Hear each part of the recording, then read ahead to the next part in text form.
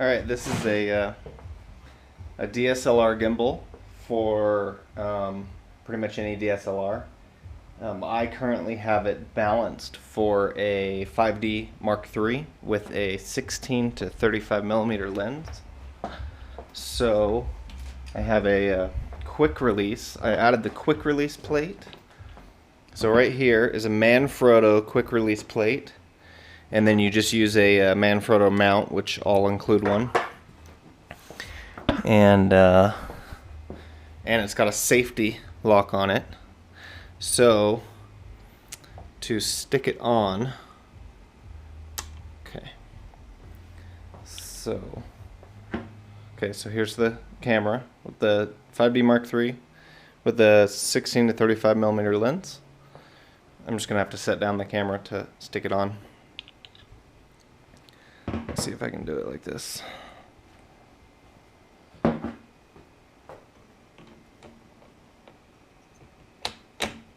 Okay, so once the camera's on, and the reason it leaned forward is because the lens cap is on. So this is perfectly balanced for this lens, this camera. So if you have a different camera or a different lens, you'll just have to adjust. If it leans forward, you'll have to adjust this slider bar right here. If it leans one way or another, then you'll have to. Then there's other, I mean, it's pretty obvious when you look at it which things you need to kind of move it. You want to get it as perfectly still as possible when it's off. So if you stick it in a position, you want it to stay. It's like that. And then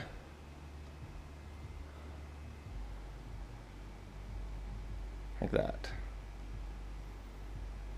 If you go like this and it immediately drops back down, then it's too heavy one way or the other.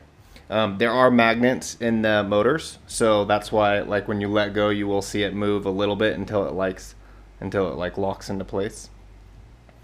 Okay, I added a power switch. So the power switch is just this line right here. This power wire goes from the circuit board up to the battery. It goes to the balance cable of the battery.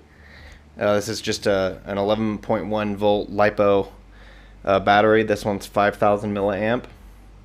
And then I just hooked up an on-off switch directly to this line. This is just a jumper wire, so you can actually unplug this and plug this directly into the battery.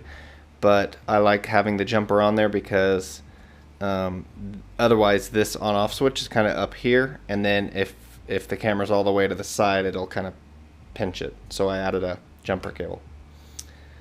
Okay, so to turn it on, you just flip on, you just make sure the battery's hooked up to this, to the balance cable, and you just flip the switch, and you'll see like the light come on. And you want it to be still when you first turn it on, because what it's doing is it's like calibrating the gyro. So but it's already all balanced and everything for this camera. In fact, if you have a very similar camera or something that's just even close to this weight, all the settings should be all the same as well. Okay, so these dials up here, this one moves it left to right like that. And what you want to do is kind of get it to the middle, and then just make sure that is kind of pointing straight. And you'll kind of watch it, and you'll see if it's moving a little bit, then it's not in the center. Dead center would be stopped. Okay. So now, all right. So now this one will go up and down like this. And then I also have a switch. This one doesn't do anything. This switch, there's 3 toggles on it. So in the first mode, it's follow mode. Now what follow mode means is wherever I point the gimbal, the camera will point to it as well. So let's see if I can do this one-handed. So I'm going to pick this up, and then wherever I go, see if I angle this way or if I angle that way, if I go up, if I go down, it follows it. Okay, so the second mode, so that mode is the one with this dial facing you. If you go to the middle, now what this is similar to follow mode, but it locks the, let's see, what do I have this one? Oh, it locks it straight. So no matter which direction I go, the camera will be straight, but I can still go up and down. Okay, so then the forward mode, all the way forward, locks the camera completely straight. So no matter which way I go, the camera will be straight.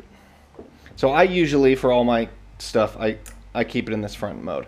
But in the software I have it set up so if I set this to the middle, now this middle dial does the rotation this way. So if I just needed to adjust it real quick or something, I can go like that and then switch it back to the middle.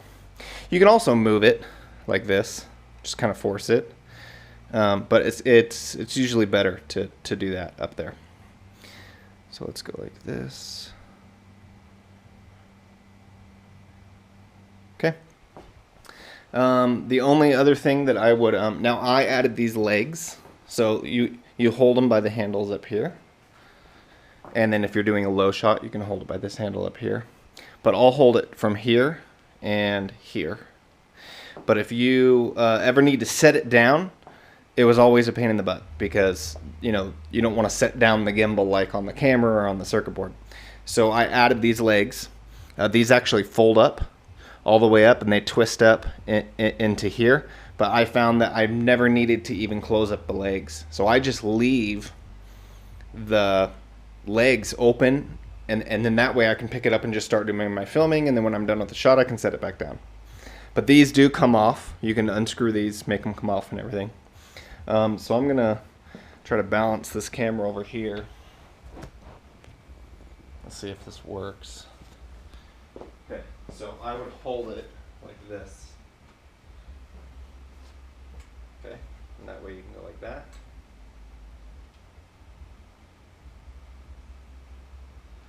So when you're doing like a low shot, you can go like that. So, and then you can set it back down.